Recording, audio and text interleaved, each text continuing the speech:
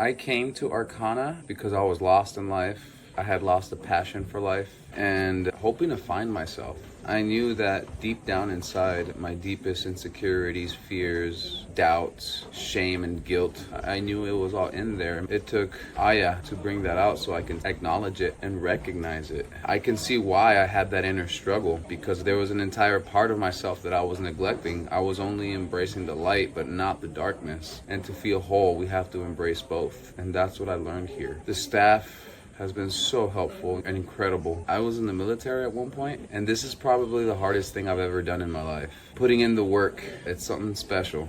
Through pain and sacrifice do we really find ourselves. And I feel like I'm born again. I've never loved my breath as much as I do now. I've never loved opening my eyes in the morning. I've never loved anything as much as I do now. I can't wait to get home to my friends and family so I can share this amazing gift that the staff at Arkana and the shamans and this facility has bestowed upon me. I highly recommend, if you're even thinking about coming to a place like this, that's because it's calling to you. You just haven't embraced it. Your future self will thank you for it, because I thank myself for coming here.